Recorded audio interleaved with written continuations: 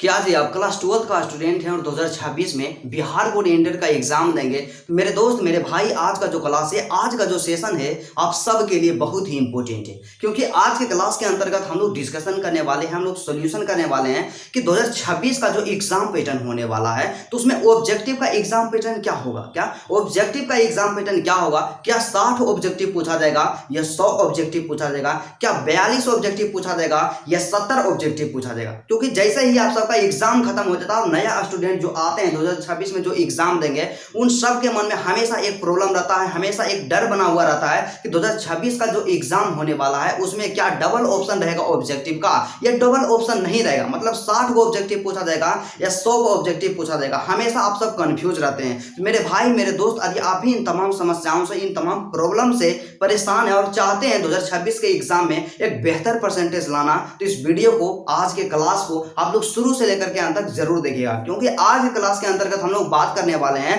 कि यहाँ पे एग्जाम पैटर्न 2026 का जो होने वाला है, क्या 2026 का जो एग्जाम पैटर्न होने वाला है, तो एग्जाम पैटर्न के बारे में हम लोग पूरा डिटेल डिस्कशन करेंगे और आपको हम 100% या विश्वास दिला देते हैं कि इस वीडियो को आप लोग यदि शुरू से लेकर के अंत तक देख लेते हैं तो आपके मन में, आपके जीवन में किसी भी प्रकार का कोई भी समस्या इस तरह का नहीं रहने वाला है। तो मेरे दोस्त, आपसे रिक्वेस्ट है, आपसे विनती है कि इस वीडियो को शुरू से लेकर के अंत तक जरूर देखिएगा। तो चलिए आज का क्लास बिना टाइम का इन्वेस्ट किए मेरे दोस्त स्टार्ट करते हैं। बस आपसे एक छोटा सा रिक्वेस्ट है, यदि आप मेरे चैनल पे नए हैं तो चैनल को सब्सक्राइब जरूर कर लीजिएगा।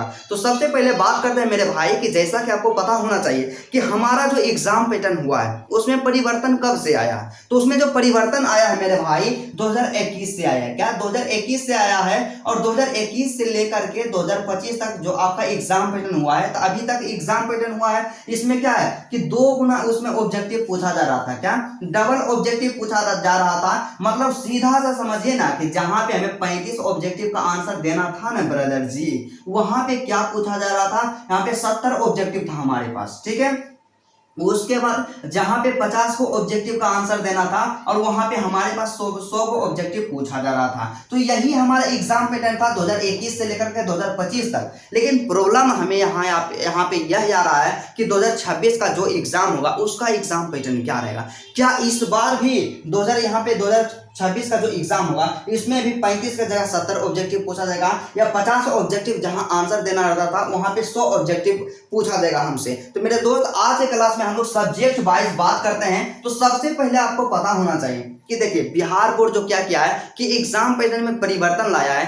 तो लगता है कि नहीं, यहाँ पे सीधा सा एक ही चीज स्पष्ट होता है कि एग्जाम पैटर्न में बार बार वहां पे चेंजिंग नहीं ला सकता। कुछ दिन इसको फॉलो करेगा एक बढ़िया तरीका से और जैसे ही परिवर्तन लाएगा तो वहां पे क्या करेगा, एक नोटिफिकेशन वहां पे दर्शा देगा, शो कर देगा कि इस बार एग्जाम पैटर्न में परिवर्तन किया जा रहा है। और अभी तक इस तरह का कोई भी नोटिफिकेशन नहीं आ रहा है और मेरा ऐसा मानना है 100% पॉसिबिलिटी है कि मेरे भाई कि आपका जो यहाँ पे हिंदी है, इंग्लिश है और मैथमेटिक्स है, इसमें क्या होता है कि यहाँ पे ऑब्जेक्टिव जो इसका आंसर देना रहता है, यहाँ पे 50 ऑब्जेक्टिव का आंसर देना रहता है। क्या 50 ऑब्जेक्टिव का आंसर देना रहता है, तो 50 ऑब्जेक्टिव का आंसर देना रहेगा नहीं। तो इसमें क्या रहेगा, 2026 का जो एग्जाम होगा उसमें 100 ऑब्जेक्टिव आपसे पूछा जाएगा। क्या केवल यहाँ पे क्या रहेगा, 100 ऑब्जेक्टिव पूछा जाएगा और 100 में से केवल 50 ऑब्जेक्टिव का आंसर देना रहेगा। मतलब सीधा सा समझिए कि आपका जिस तरह से 2021 में था, 2022 में था, 2023 में था और 2024-25 में था एग्जाम पैटर्न,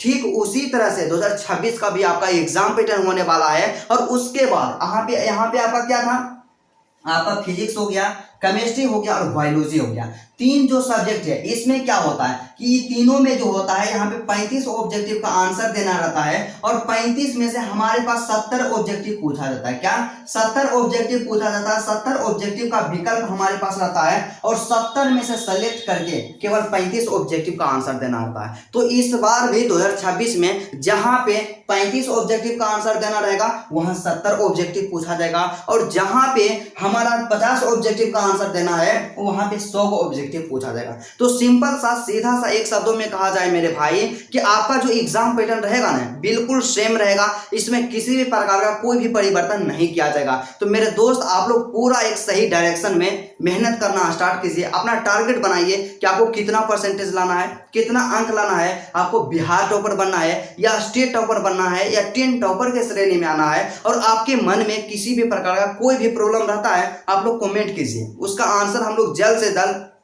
देने का प्रयास करेंगे।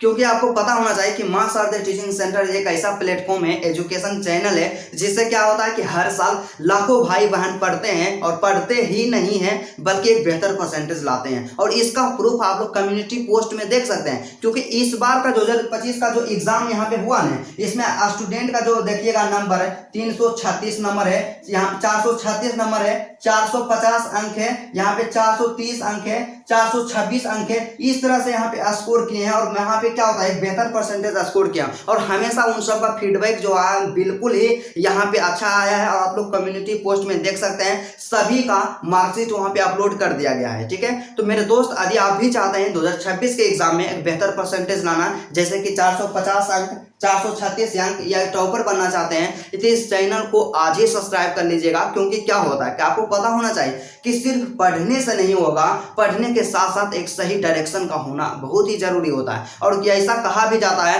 कि डायरेक्शन लेस स्टडी जब आप कीजिएगा तो आपको क्या होता है कि भारी नुकसान का सामना कराएगा। इसलिए हमेशा इस बात को, इस चीज को याद रखिएगा कि मेहनत तो हमें करना है, लेकिन मेहनत के साथ साथ एक सही दिशा का भी होना बहुत ही ज्यादा जरूरी होता है। और सही दिशा दिखाने का काम हम करेंगे, आपका भाई करेगा। मेरे दोस्त, मेरे भाई, यदि हम पे विश्वास है, आपको लगता है कि आपके एग्जाम में, आपके तैयारी में हम हेल्प कर सकते हैं, तो इस चैनल को आज ही सब्सक्राइब कर लीजिएगा। और आपके लिए हम लोग हमेशा कंटिन्यू रेगुलर बेसिस पे आपके लिए वीडियो यहाँ पे रहेगा, सजेशन वीडियो, आपको आपके लिए गाइड्स वीडियो यहाँ पे हमेशा लाते रहेंगे। तो मेरे दोस्त, मेरे भाई, आपसे रिक्वेस्ट है, आपसे विनती है कि आप लोग क्या कीजिएगा, आज से सीरियस हो जाइएगा और अपना स्टडी जो है सही डायरेक्शन में करना स्टार्ट कर दीजिएगा। तो चलिए आज का क्लास यहीं तक रहता है, फिर आपसे मिलते हैं नेक्स्ट वीडियो में और नेक्स्ट टॉपिक के साथ।